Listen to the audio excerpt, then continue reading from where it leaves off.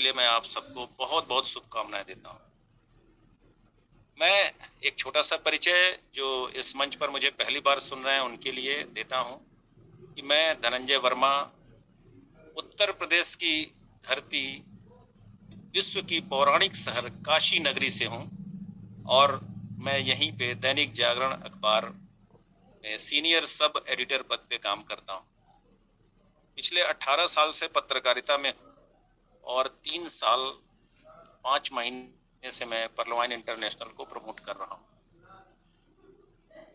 आज बहुत ही अच्छा दिन है क्योंकि अमृत महोत्सव जो 13 अगस्त से 15 अगस्त तक मनाया जा रहा है, हम उसी की बीच की एक तिथि 14 अगस्त को हम आप लोग मिल रहे हैं और आज़ादी की बातें हो रही हैं। मुझे भी आज़ादी पर, आर्थिक आज़ादी को लेकर एक सब्जेक्ट, एक टॉपिक दिया गया है, मैं अवश्य इस पर बात करूंगा।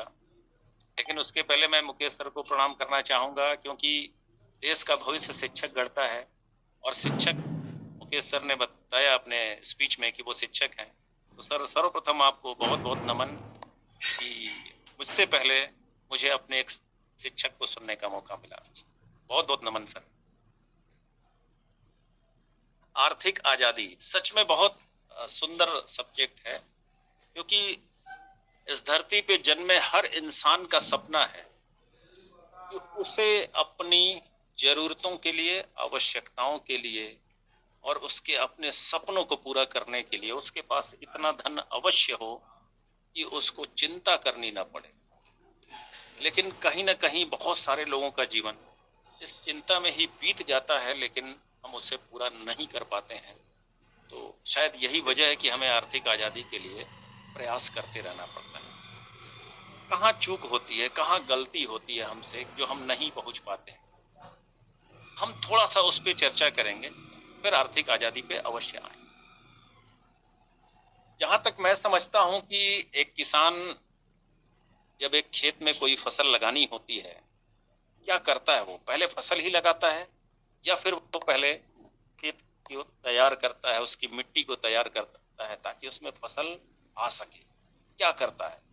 सभी को पता है कि पहले वो जुताई करता है, फिर उसमें से पाटा चलाता है यानी जमीन को समतल करता है, फिर उसमें से खरपतवार निकालता है, उसमें कुछ जरूरी जो कृषि वैज्ञानिक कहते होंगे, शायद वो खाद डालने को पहले कहते होंगे तो पहले डालते होंगे। मतलब वो जमीन को तैयार करता है, अपनी जमीन को, उसके बाद फसल लगाता है। ये एक प्रोसेस है, एक प्रक्रिया है एक फसल को उगाने की। यहीं से शुरुआत होती है। ईश्वर की सबसे शानदार कृति मानव कहा जाता है, यानी हम उस कृति का हिस्सा हैं। हम खुद मानव रूप में इस धरती पे जन्म ले चुके हैं, लेकिन ईश्वर ने हमें खुद के ही माध्यम से बहुत सारी चीजों को बताने का मौका दिया है। लेकिन क्या हमने खुद को समझ पाया आज तक? थोड़ा मैं इस पे चर्चा करूंगा क्योंकि ये आर्थिक आजादी की जो फसल आनी है उसका जमीन तैयार करने से जुड़ा मामला है। मुझे ऐसा प्रतीत होता है कि वो हमको खुद से ये सीखने का मौका दिया है कि 3 चीजों को आप जानें। एक, काउंटेबल या कैलकुलेशन, जिसको गिना जा सकता है, जो गणित पे संचालित होता हो। दूसरा, सीखने की क्षमता, यानी हमारे अंदर हर वक्त सीखने की क्षमता होनी चाहिए। और तीसरा, सबको साथ लेकर चलने का क्षमता। और मैं बताता हूं कि उसने कैसे समझाया मुझे। कैसे? शायद हम लोगों ने कभी इसको जाना और समझा नहीं, इसीलिए हमारी आर्थिक आजादी हमसे दूर है। हम जब माँ के गर्भ में होते हैं तो यहाँ कैलकुलेशन शुरू होता है, काउंटिंग शुरू होती है कि हमें 9 महीने रहना है। जिस समय तक हमें माँ के गर्भ में रहना है ये गिना जा सकता है। जब वो हमें इस धरती पे भेजता है तो हमें हर दिन 24 घंटे देता है, गिना जा सकता है। हर मिनट हमारा दिल कितनी बार धड़केगा काउंट किया जा सकता है। हर मिनट हम कितनी बार सांसें लेंगे काउंट किया जा सकता है। और इस पूरी धरती पर हम कितना वक्त बिताएंगे, जब हम अंतिम सांस लेते हैं तब संपूर्णता के बाद हमारी आयु पूर्ण होती है हम तब काउंट करते हैं, लेकिन हर साल हम काउंट कर लेते हैं, हर दिन, हर मिनट, हर घंटे हम ये काउंट कर लेते हैं कि हम अपनी लाइफ कितनी जी चुके हैं। यानी काउंटिंग और कैलकुलेशन कितना जरूरी है। यानी कि हमें आर्थिक आजादी पानी है तो हमें इस काउंटिंग और कैलकुलेशन को एक आधार बनाकर चलना ही पड़ेगा। दूसरी बात वो कहता है कि हमें सीखना पड़े। क्या कभी आपने सोचा है कि जैसे ही हम पैदा होते हैं तो हमारी पीठ पे क्यों थपकी दी जाती है? डॉक्टर भी थपथपाता है, या घर में अगर नॉर्मल डिलीवरी हो जाती है तो बच्चे को डिलीवरी करवाने वाली जो भी वहां की नर्स होंगी वो थपथपाते हैं। क्यों थपथपाते हैं? ताकि हम सांस लेना सीख जाएं। इस धरती पर आते ही हमको सबसे पहली क्या शिक्षा दी जाती है कि हम सांस लेना सीख जाएं। गर्भ में सांस नहीं लेते हैं, लेकिन धरती पे आते ही सबसे पहला काम हम सांस लेना सीख जाएं। सर्वाइवल के लिए ये बहुत जरूरी है। इसके पश्चात हम माँ की गोद में होते हैं, लेकिन माँ की गोद में होते हैं, जब गोद से उतरते हैं तो सबसे पहले क्या सीखते हैं? एक जगह से दूसरी जगह पे जाने के लिए अपने दोनों पैरों और दोनों हाथों का इस्तेमाल करके चलना सीख जाते हैं। और कुछ दिन के और समय बीतता है तो फिर क्या सीखते हैं? फिर हम सीखते हैं कि कैसे हम दो पैरों पे चलना। कोई हमारी उंगली पकड़ता है और हमें सिखाता है कि हमें चलना चाहिए, और हम चलना सीखते हैं। और स्कूल में जाने से पहले हम बोलना सीख जाते हैं। स्कूल में जाके हमें पता चलता है कि जो हम बोल रहे हैं उसको शब्दों का रूप कैसे दिया जाता है, लेकिन उसके पहले हम बोलना सीख जाते हैं। यानी ये लाइफ हमें ये बताती है कि हमें आगे बढ़ना है तो सीखना पड़ेगा। और अगर हमारी लाइफ में कैलकुलेशन रहेगा तो हम बहुत अच्छे से आगे बढ़ेंगे। तीसरा, वो अपनी अंगुलियों को जरा ध्यान पूर्वक देखिए, असमान है, कोई एक आकार में नहीं, कोई छोटा कोई बड़ा।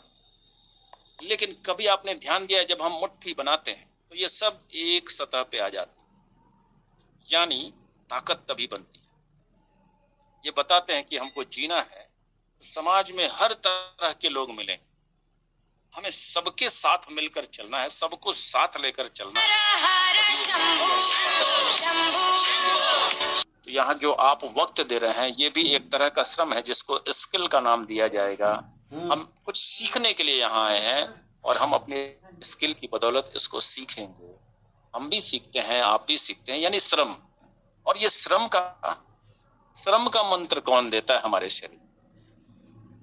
हम जब से पैदा होते हैं तब से हमारे शरीर के दो अंग काम करते हैं और वो उस दिन से श्रम शुरू करते हैं। लेकिन अगर वो काम करना बंद कर दें तो क्या हो सकता है हमारे साथ? आपको मैं बताता हूं उन दोनों अंगों का नाम। एक का नाम है दिल, दूसरे का नाम है फेफड़ा। क्या आप इन्हें आराम करने की परमिशन देंगे? नहीं दे सकते, क्योंकि आपको हमेशा के लिए आराम मिल जाएगा। लेकिन हमको जब अपनी लाइफ में श्रम करने की बात आती है तो शायद हम चाहते हैं कहीं ना कहीं कि हमें श्रम न करना पड़े और हमें आर्थिक आजादी मिल जाए। नहीं हो सकता। हमारी शरीर की बनावट, हमारे अंगों के कार्य, हमारी बहुत सारी आदतें और ऊपर वाले ने जो संदेश दिया है इसको हमने कभी ग्रहण ही नहीं किया। शायद यही वजह है कि हम ही अपनी तरक्की में बाधक बनते हैं। इसीलिए हम आजादी की राह पे नहीं चल पाते, आर्थिक आजादी की राह पे। इसीलिए कहीं ना कहीं मुझे बार बार एक बात कहनी पड़ती है कि अपनी तरक्की के रास्ते में हम स्वयं बाधक हैं, दूसरा कोई नहीं, कोई भी नहीं। आज टेक्नोलॉजी का दौर है तो जाहिर सी बात है कि आर्थिक आजादी भी हमें भी टेक्नोलॉजी के माध्यम से ही मिलेगी, सिर्फ पसीना बहाकर नहीं मिलेगी। एक उदाहरण देता हूं कि अगर एक मजदूर एक बिल्डिंग को बनाने के लिए काम करता है तो वो श्रम करने में कोई कमी नहीं करता, कोई भी कमी नहीं करता। लेकिन वो 4-4 मंजिल अपने सिर पे ईंट रख करके चढ़ जाता है। अगर वो महिला है और उसका एक छोटा सा बच्चा है तो शायद वो अपने बच्चे को कंधे पर, पीठ पे कहीं कपड़े से बांध कर, इसके बावजूद वो श्रम करती है। श्रम करने में पूरी ईमानदारी, पूरी निष्ठा दिखाते हैं, लेकिन शाम को उनके हाथ में जब पैसे आते हैं तो शायद 400 या 500 रुपए आते हैं। क्या श्रम में कोई कमी रह गई थी? लेकिन हाथ में क्या आया? 400-500 रुपए। और हम पर्लवाइन की एक आईडी लगाते हैं, 30 डीपी से एक्टिव करते हैं, हमारे हाथ में कितने आते हैं? 1125। हमने काम कितनी देर किया? शायद प्लान देने में 1 घंटा या उनके ऑब्जेक्शन को हैंडल करने में 15-20 मिनट और, यानी बहुत ज्यादा से ज्यादा हमने काम किया तो 1.25 घंटा या 1.5 घंटा। लेकिन हमारे पास कितने आए? 1125। उसके पास कितने आए? 400 या 500। क्या कमी है दोनों में? एक टेक्निकल एरर है, एजुकेशन, शिक्षा का ना होना। और शिक्षा जब होगा तभी हम टेक्निकल एजुकेशन को ग्रैब करेंगे, यानी हासिल करेंगे। और ये दोनों की कमियां हमें पैसे के मामले में पीछे या आगे रखती हैं। तो एक बात समझ में आती है इस उदाहरण से कि एजुकेशन बहुत जरूरी है और तकनीकी की जानकारी यानी टेक्निकल एजुकेशन भी बहुत जरूरी है आने वाले युग के लिए। दूसरी बात मैं ये कहना चाहूंगा कि शिक्षा से हमारी लाइफ में होता क्या है, और इसके लिए मैं अपनी ऑफिस की ही एक घटना का जिक्र करूंगा जो हो सकता है कि कुछ लोगों ने मुझे पहले सुना हो तो वो जानते हो, क्योंकि मैं इसका बार बार एग्जाम्पल देता हूँ। मेरे साथी हैं एक ऑफिस में, नाम मैं उनका नहीं लूंगा क्योंकि कहीं ना कहीं हो सकता है कि वो पर्लवाइन तक जुड़ चुके हो किसी और के माध्यम से, नहीं पता मुझे, लेकिन वो सुनेंगे तो उनको बुरा लगेगा।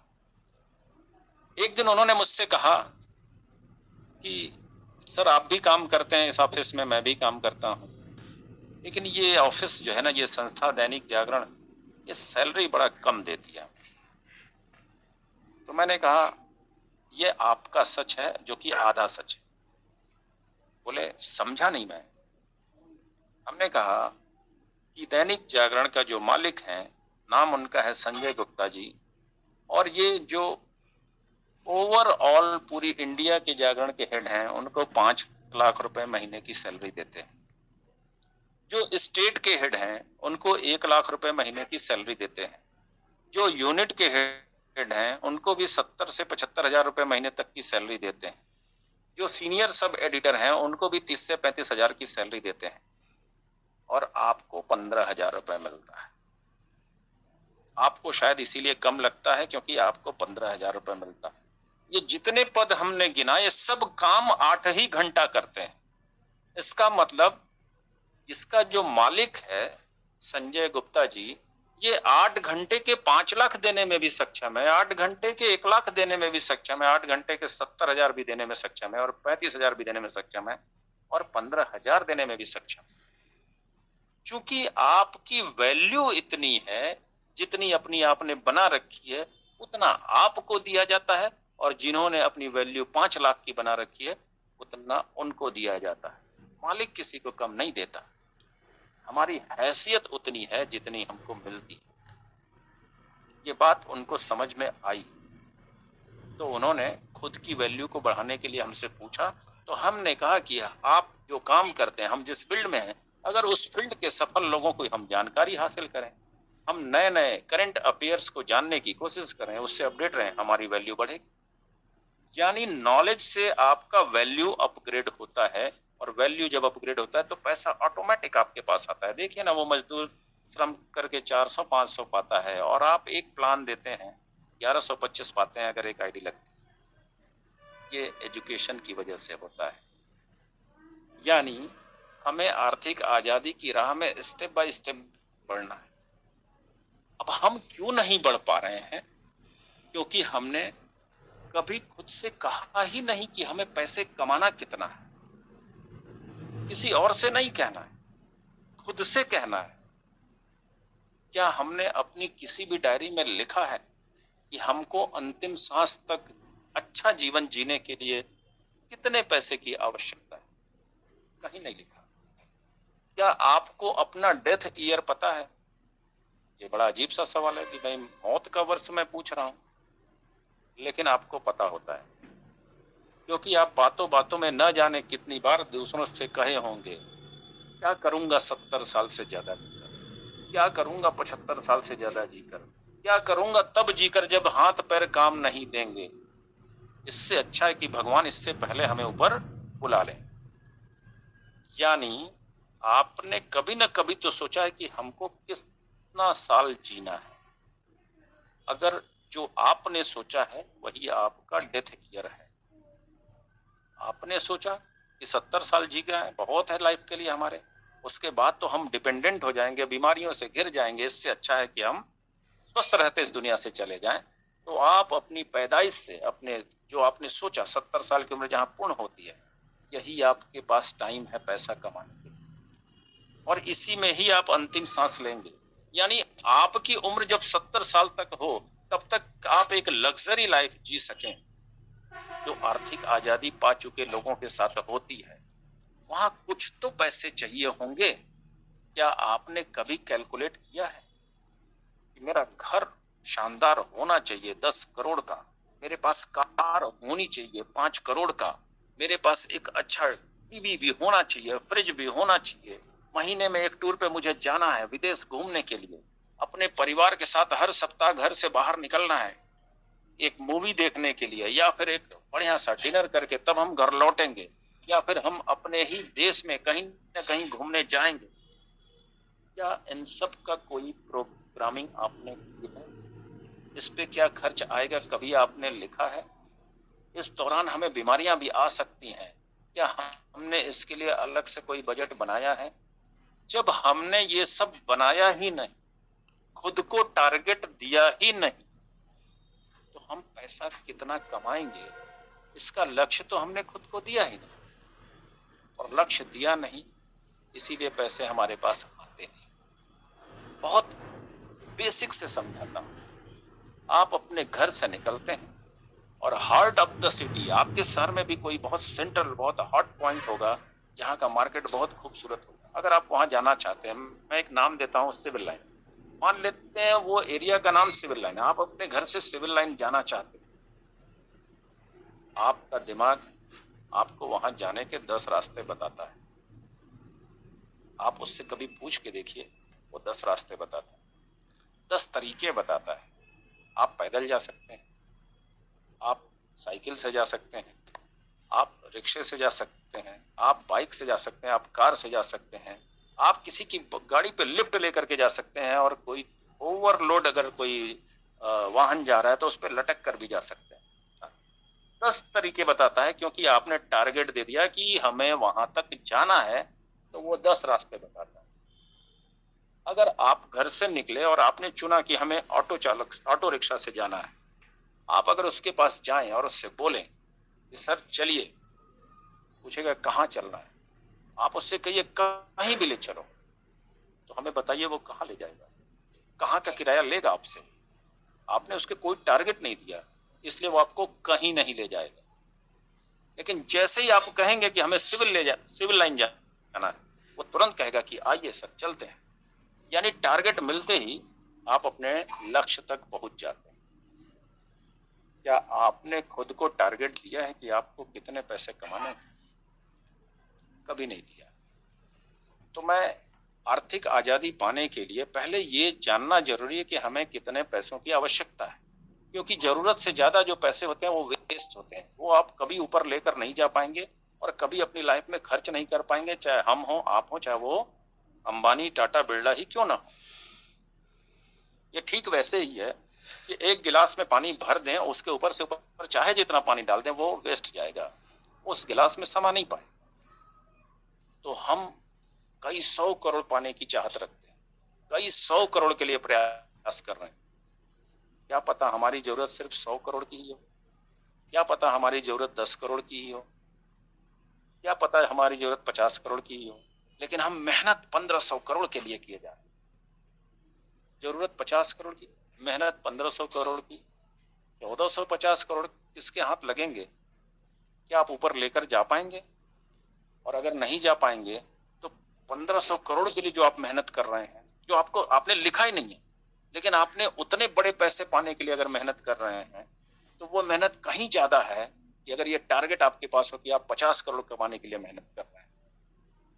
क्योंकि कैलकुलेशन लगाना पड़ेगा, ऊपर वाले ने ये हमें समझाया है, तो पहले हम कैलकुलेशन के आधार पे ये तय तो करें कि हमें पैसे कितने कमाने।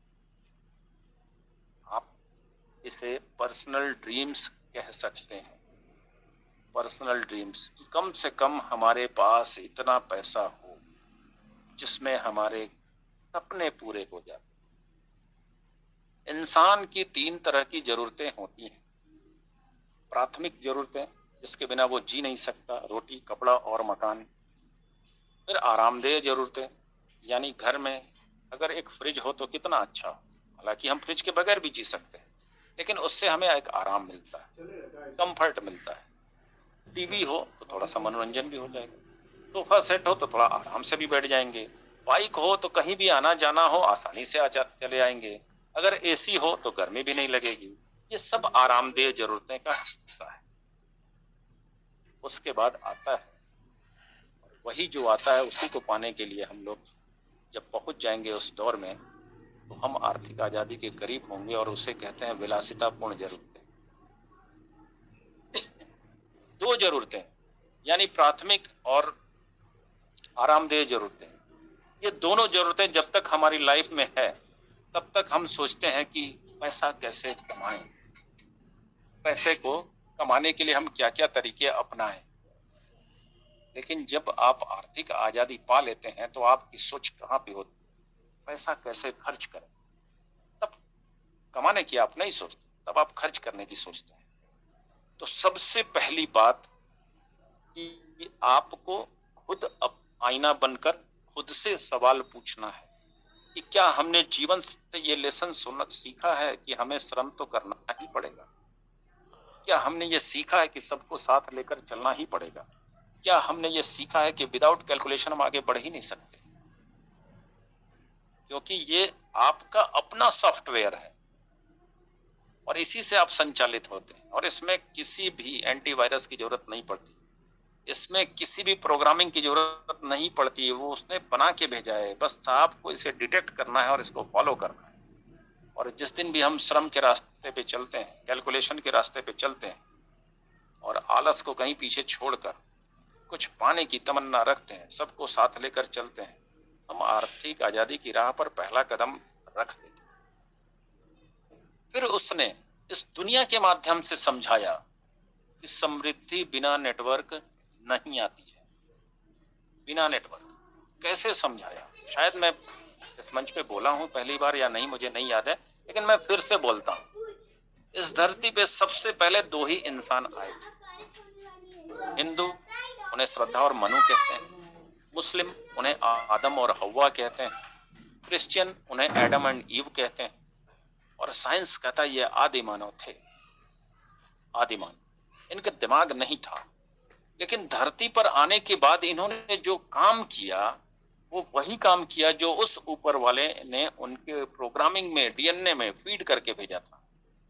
क्या काम किया? 2 लोग आए थे, 2 ने 2 पैदा किए, 4 हुए, 4 ने 2, 4, 8 जो भी पैदा किए हुए 16 हुए, 64 हुए, यानी मैट्रिक्स कुछ तो चला होगा। आज हम 738 करोड़ है। क्या बना? नेटवर्क। 2 बातें समझ में आती है कि इस धरती पर ऊपर वाले के द्वारा दिया गया अगर सबसे पहला कोई कॉन्सेप्ट है तो उसका नाम है नेटवर्क, और इसका ग्रोथ बताता है विदाउट नेटवर्क हम कुछ बहुत बड़ा नहीं कर सकते, तो नेटवर्क की तो जरूरत पड़ेगी। अब जरा सोचिए, आप अपने घर से एक छोटा सा पार्ले जी बिस्किट भी खरीदने जाते हैं बाहर, तो पार्ले जी के नेटवर्क का हिस्सा आप हैं।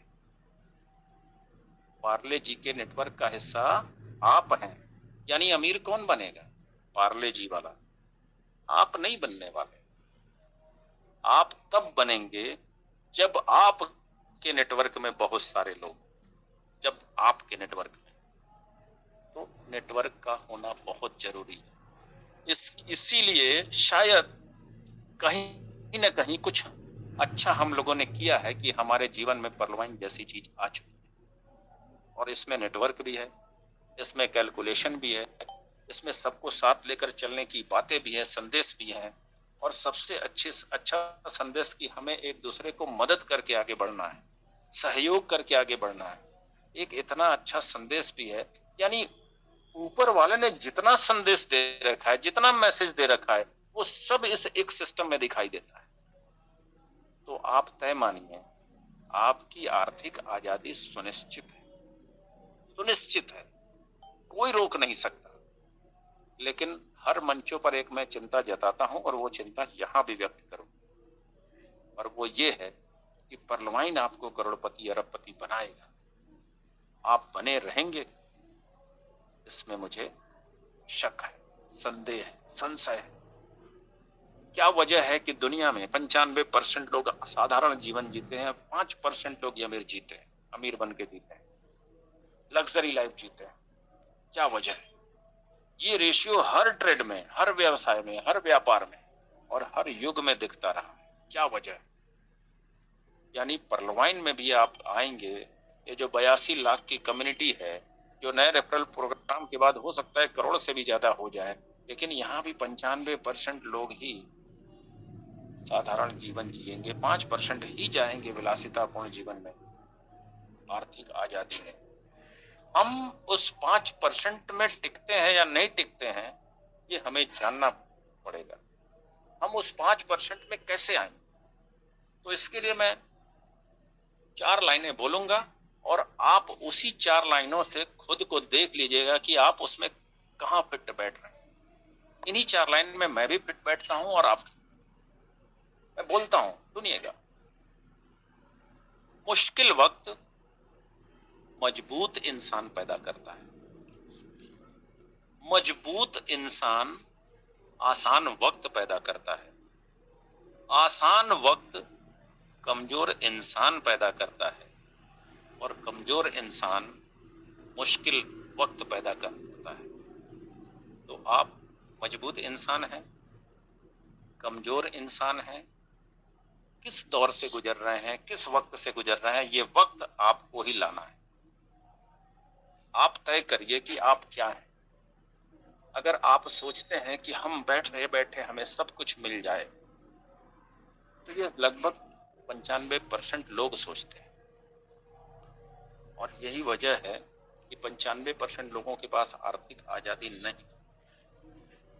हमारी सोच बहुत अलग है, हमारी सोच ने ही हमारी राह में बाधाएं पैदा की। तो हमें सोचना तो पड़ेगा, और क्या सोचना पड़ेगा? सही दिशा में सही निर्णय लेने की क्षमता पैदा करना ही सही सोच कहलाता। हमारी सोच में अक्सर बहुत जल्द बहुत बड़ा पा लेने की चाहत होती है, और ये दुनिया की सबसे बड़ी गरीबी की निशानी है। हमारी सोच में बहुत जल्द पैसा पाने की चाहत होती है, ये दुनिया की सबसे बड़ी गरीबी की निशानी होती है। देखिए, ऊपर वाला आपको देने के लिए तैयार बैठा है। वो सोचता है कि आप सोचिए तो मैं दूं। और मैं आपको एक बात और बताता हूं, वो आपको अरबपति बना करके भेजा है, कोई भेदभाव नहीं है। इस दुनिया में जितने लोग आए हैं सबको अरबपति बना करके भेजा है।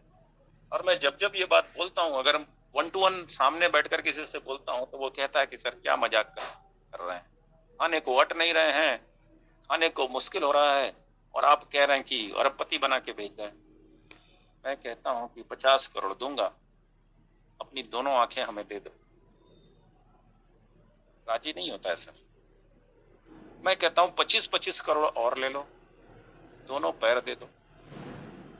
राजी नहीं होते। अगर अंगों की कीमत लगाएं, इसकी कोई कीमत नहीं है, अनमोल है, अरबों से ज्यादा है। अरबपति बना के भेजा ऊपर वाले ने।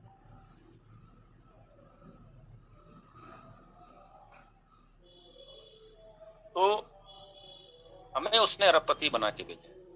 इसके बावजूद वो कहता है कि आप कुछ करो तो मैं और दूं।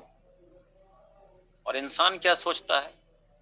वो दे तो मैं कुछ और करूं। यही फर्क है कि वो देता ही नहीं क्योंकि आप सोचते नहीं, वो तैयार बैठा। देखिए, मैं आपको बताता हूं वो कैसे देने की सोचता है। एक भिखारी, उसको सबसे जल्दी पैसा चाहिए, बस वो 2-3 बातें बोलता है कि भगवान के नाम पर दे दे बाबा, अल्लाह के नाम पर दे दे बाबा। जिससे कहता है वो तुरंत कहीं ना कहीं अपनी जेब के कोने में कुछ फुटकर पैसे तलाशता है और उसको दे देता है। कितनी देर लगे उसको मिलने में, कितना वक्त लगता है उसको मिलने में, उसको तुरंत चाहिए, उसको तुरंत मिलता है। लेकिन पिछले 10 साल 15 साल 20 साल से वो भिखारी ही। तो आप सोचिए, देने को तैयार बैठा है, चूंकि उसने इससे ज्यादा सोचा ही नहीं, इसलिए इससे ज्यादा उसको मिला ही नहीं। थोड़ी देर पहले मैंने एक मजदूर की बात कही थी। मजदूर क्या सोचता है कि उसको 6 दिन 7 दिन में पैसे चाहिए, मिलता है। बड़े बड़े लोगों की वो बिल्डिंग बना देता है, लेकिन उसके खुद के मकान कहाँ होते हैं? क्योंकि वो 6 से 7 दिन से ज्यादा कभी नहीं सोचता, क्योंकि उसको पता है कि उसके हाथ में हुनर है, वो जब चाहेगा काम मिल जाएगा। इसलिए जब भी 6-7 दिन पे पैसे आते हैं वो उसको खर्च करने पे उतारू हो जाता है, और जब तक खर्च नहीं हो जाता काम पे लौटता नहीं। और आप उसको पिछले 10 साल 15 साल 20 साल से देख रहे हैं कि वो मजदूर और मिस्त्री ही बना हुआ दूसरे के मकान बना रहा है। उसके खुद के मकान की कोई लग्जरी नहीं है उसको। लेकिन वो जो सोचता है ऊपर वाला वो पूरी करता है, उसको हर 5-6 दिन पे मिलते ही मिलते। कुछ लोग 30 दिन पे पैसा पाने की सोचते हैं, उन्हें हर 30 दिन पे मिलता है। सैलरी क्लास बताने की जरूरत नहीं है, उन्होंने जो सोचा उनको वो ऊपर वाला दे रहा है। कुछ लोग 3 साल 4 साल पे पाने की सोचते हैं कि आज हम कोई धंधा शुरू करेंगे, 10 लाख 20 लाख 50 लाख लगा करके कोई बिजनेस शुरू करेंगे, और 3-4 साल में हमारे पास जम जाएगा तो हमें कोई चीज की कमी नहीं रहेगी। आर्ट ऑफ द सिटी, जैसा मैंने कहा, आप अपने शहर के मुख्य बाजार में चले जाएं, जितनी भी आपको आलीशान शोरूम दुकानें दिखेंगी, वो ऐसे ही लोग हैं। 3 साल 4 साल उनको भी लगता है अपने बिजनेस को स्टैब्लिश करने में, स्थापित करने में। देखिए उनके पास कोई कमी नहीं। लेकिन जो आज पैसे लगा के सोचता है अगले 10 साल 15 साल 20 साल बाद हमारे बाद क्या होगा, दरअसल वही बहुत बड़ा धनवान बनता है और वही आर्थिक आजादी से मुक्ति पाता है। नजीर है, एक से बढ़कर एक नजीर है। और मैं एक ही नजीर ज्यादा देता हूं क्योंकि यह सबको पता है इसके बारे में, इसलिए देता हूं। जियो मोबाइल नेटवर्क कंपनी, जियो 2016 में आया था। क्या लगता है इसकी शुरुआत 2015 में हुई होगी? इसकी प्लानिंग नहीं, 2008 में हुई थी। 10 साल तक मुकेश अंबानी ने प्रतिदिन करोड़ों रुपए खर्च किए थे। कभी टावर लगाया, कभी ऑप्टिकल फाइबर बिछाया, कभी इंफ्रास्ट्रक्चर खड़ा किया, कभी सैटेलाइट छोड़ने की बात होगी या कुछ किराए पे लेने की बात होगी, गवर्नमेंट से सेटिंग, यहाँ वहां, समुद्र के नीचे से, नदियों के नीचे से ऑप्टिकल फाइबर। 10 साल प्रतिदिन करोड़ों खर्च, रिटर्न 0। आए भी 16 में तो 1 साल पूरी तरह से फ्री। लेकिन जब टैरिफ दिया तो सबसे सस्ता 399 रुपए में 84 दिन 84 डेज के लिए रोज 1 GB डाटा 4G, यानी एक दिन के 1 GB डाटा की कीमत 4 रुपए 75 पैसे। और उनके टैरिफ लॉन्च होने के एक दिन पहले तक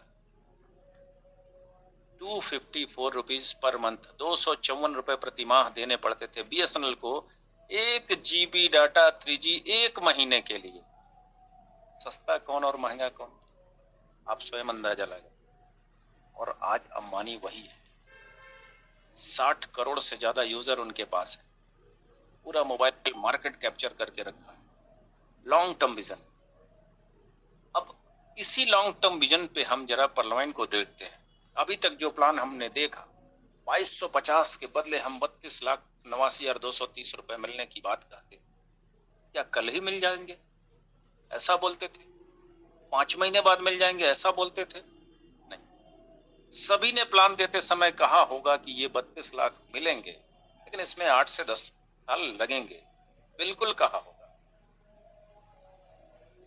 और आप देखिए, ये लॉन्ग टर्म विजन का प्लान है। 2250 लगा के लॉन्ग टर्म विजन में कितना बड़ा पैसा है। आपको याद होगा जब 2020 बोनांजा लॉन्च हुआ था 7 फरवरी 2020 को, तो ट्रेन में सामान बेचने वाले सीतामढ़ी अब्दुल रहीम, उन्होंने सबसे पहले हिट किया था और 1 से 2 महीने के भीतर 8 लेवल 65 लाख रुपए उनके पास आ चुके थे। 65 लाख। तो ये सिस्टम पहले पाव की तर्ज पे करता है, तो किस्मत साथ में होता है, तो कभी कभी शॉर्ट टर्म विजन में भी लंबा पैसा दे देता है। लेकिन लेकिन यहीं पे मैं अपनी उस बात को फिर दोहराऊंगा कि आप अमीर तो बन जाएंगे, लेकिन क्या आप अमीर बने रहेंगे? मैं एक और एग्जाम्पल देता हूं आपको। कौन बनेगा करोड़पति में 5 करोड़ रुपए जीत गए थे बिहार के सुशील कुमार। यूट्यूब पे जाइए, इनको सर्च करिए, गूगल पे जाइए, इनको सर्च करिए। आज ये कर्ज में डूबे हुए हैं, साइकिल से चलते हैं, दूध बेचते हैं। कहाँ गए इनके 5 करोड़? मिले तो थे, लेकिन क्यों गरीब हैं? क्योंकि अमीर बनना एक बात है और अमीर बने रहना एक और बात, दूसरी बात। क्योंकि वो बिना किसी संघर्ष के, बिना किसी कैलकुलेशन के, बिना किसी टीम के, बिना किसी श्रम के उनके पास आया था, तो उस पैसे को बरकरार रखने का हुनर जो होना चाहिए वो नहीं आ पाया, और इसीलिए उनके पास नहीं। तो आर्थिक आजादी की राह पे चलना है तो अपने हिस्से का संघर्ष तो करना ही पड़ेगा। कभी भी आप सोच लें कि शॉर्ट टर्म में कुछ पैसे आ जाए तो वो शॉर्ट टर्म के लिए ही होंगे, वो टिकेंगे नहीं आपके पास, क्योंकि वो हुनर आपके पास नहीं आ पाएगा ना, जो आपके पैसे को रोक कर रखता है आपके पास, आपके घर में। आप उसको मनचाहा तरीके से खर्च कर सकें, वो हुनर नहीं आ पाता है। क्योंकि क्या हुनर हमने सीखा है बचपन से और हम क्या करते आए हैं? हम जो करते आए हैं, चलिए उस पर गौर करते हैं। हमें करना ये चाहिए था कि सेविंग से जो बच जाए उसे खर्च करें, और हम करते क्या है, जो खर्च से बच जाता है उसे सेविंग करने की सोचते। नतीजा, सेविंग के लिए कुछ बचते ही नहीं है और लाइफ ईएमआई पे चल रही है। किसी को मोबाइल का ईएमआई देना है, किसी को बाइक का देना है, किसी को घर का, तो किसी को कार का, किसी को 10 तरह की। क्या ये अमीर बनने की आदतें हैं? ये हमारी आर्थिक आजादी में सबसे बड़े बाधक है। जो पैसे हमने कमाए नहीं उसको पहले ही उधार पे दे दिया, ईएमआई के भरोसे डाल के। हम अमीर कैसे बनेंगे? अमीर बनने के लिए कंपनियों को नहीं, खुद को बदलने की जरूरत होती है। खुद को लॉन्ग टर्म विजन का प्लान करना पड़ता है। दुनिया में कुछ भी शॉर्ट टर्म नहीं है, और जो शॉर्ट टर्म है उसकी आयु भी शॉर्ट टर्म होती है। वो अमीरी भी शॉर्ट टर्म की ही आएगी। आप एक ऐसे सिस्टम में है जो आपको बहुत बड़ा अमीर बनाएगा, क्योंकि ये एजुकेशन के साथ साथ टेक्निकल एजुकेशन के भी साथ चल रहा है। ये परिवर्तन का हर पल साक्षी बन रहा है और परिवर्तन को स्वीकार भी कर रहा है। और वर्ल्ड की इकोनॉमी जो कहती है उसके साथ भी चलने के लिए ये अपने कदम बढ़ा चुका है। पूरी दुनिया की, पूरे वर्ल्ड की एक इकोनॉमी है कि हर 20 साल में 10 गुना महंगाई बढ़ जाती है। ये पूरे देश में लागू होता है, दुनिया के सभी देशों में हर 20 साल में 10 गुना महंगाई बढ़ जाती है। जरा गौर करें, या फिर उन लोगों से पूछें जो 1940 के पहले पैदा हुए हैं, अगर कोई जिंदा होगा तो उनसे अवश्य पूछें कि 1940 में जो 10 रुपए कमाता था लग्जरी लाइफ जीता था, सिर्फ 10 रुपए। आज की तारीख से सिर्फ है, उस समय के हिसाब से बहुत बड़ा अमाउंट था, लग्जरी लाइफ जीता था। 1960 में जो 100 रुपए कमाता था वो लग्जरी लाइफ जीता था। 1980 में जो 1000 कमाता था, सन 2000 में जो 10,000 कमाता था, और सन 2020 में जो 1 लाख रुपए महीने कमाता था, उसकी लाइफ में किसी चीज की दिक्कतें, परेशानी नहीं थी। आपके सामने ही तो 2020 बीता है। आपने देखा होगा ऐसे लोगों की जीवन को जो 1 लाख रुपए महीने कमा रहे थे। 2020 के बाद 2040 तो आना है, और तब कितने पैसों की जरूरत पड़ेगी हर माह? 10 लाख रुपए। 10 लाख रुपए में। और यही नहीं, 2060 भी आएगा। हम लोग ऐसे, कुछ लोग होंगे शायद 2040 को पार न कर पाए, लेकिन कुछ लोग ऐसे भी होंगे जो 2060 को भी पार करेंगे। क्या आज हम ऐसी लाइफ को जी रहे हैं? ऐसी आदतों को अपनाए हुए हैं? ऐसे ट्रेडिशन को हमने चुन लिया है जो हमें 2040 में 10 लाख रुपए महीने या 2060 में 1 करोड़ रुपए महीने की इनकम देगा? क्या हमने चुना है? क्या हमने अपने अंदर वो समझ पैदा की है? क्या हमने अपने आप को उस योग्य बनाया है? अगर नहीं बनाया है तो आर्थिक आजादी कैसे मिलेगी? हमें अपने उस योग को अपने आप को उस योग्य बनाना है, और वो आज के युग में सिर्फ और सिर्फ क्रिप्टो करेंसी से संभव है। सिर्फ और सिर्फ क्रिप्टो करेंसी ही ये कारनामा कर सकती है। दुनिया की सबसे पहली क्रिप्टो करेंसी बिटकॉइन, उसने 13 साल में लगभग 6 लाख गुना का ग्रोथ लिया। 6 लाख गुना। 9 रुपए की चीज 56 लाख रुपए तक पहुंची। एक और क्रिप्टो करेंसी का नाम लेता हूं, नाम है शिबा इनू। 2019 में लॉन्च होता है, और जिसने उस समय 100 रुपए का खरीदा, 2021 के लास्ट में वो 1 करोड़ का मालिक था। बहुत छोटा सा कॉइन, 1 करोड़ का मालिक था। 1 करोड़ 46 लाख गुना का ग्रोथ। और परलवाइन के कॉइन को मैं सिर्फ 10 गुना सालाना का ग्रोथ अगर देखता हूं, तो ये 8 साल में एक कॉइन 800 करोड़ रुपए का होगा। दुनिया के जितने भी टॉप कॉइन है, सफल कॉइन है, सबको जाके कॉइन मार्केट कैप पे देख लीजिए, सबका ग्रोथ 100 गुना से ज्यादा है। सबका ग्रोथ ईयरली 100 गुना से ज्यादा है, वार्षिक 100 गुना से ज्यादा है। जबकि इन सारे कॉइन की कम्युनिटी बाद में बनी। इन्होंने जन्म पहले लिया, कम्युनिटी बाद में बनी।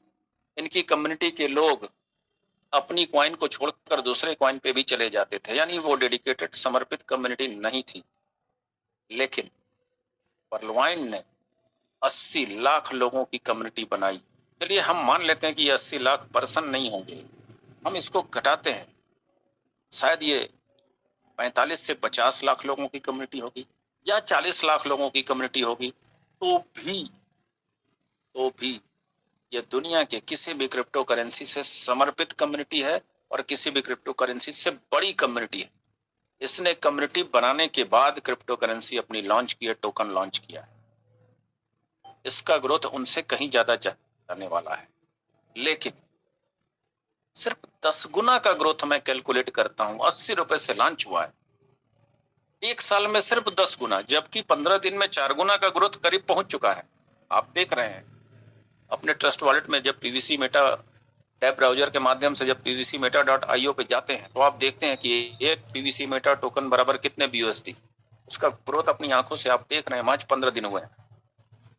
लेकिन अगर मैं साल में 10 गुना का ग्रोथ लेता हूं, तो 80 रुपए की चीज 800 पहले साल, दूसरे साल 8,000, तीसरे साल 80,000, चौथे साल 8 लाख, 5वें साल 80 लाख, 6वें साल 8 करोड़, और 7वें साल 80 करोड़, और 8वें साल 800 करोड़। 800 करोड़ एक कॉइन। और आपके पास तो बहुत सारे कॉइन होंगे। मैं बहुत घटा के बोल रहा हूं, बहुत घटा के। चमत्कार कहीं होते हैं तो क्रिप्टो करेंसी और क्रिकेट में। और कुछ भी यहाँ संभव है, कुछ भी यहाँ संभव है। आपकी कल्पना से परे यहाँ चीजें होती हैं।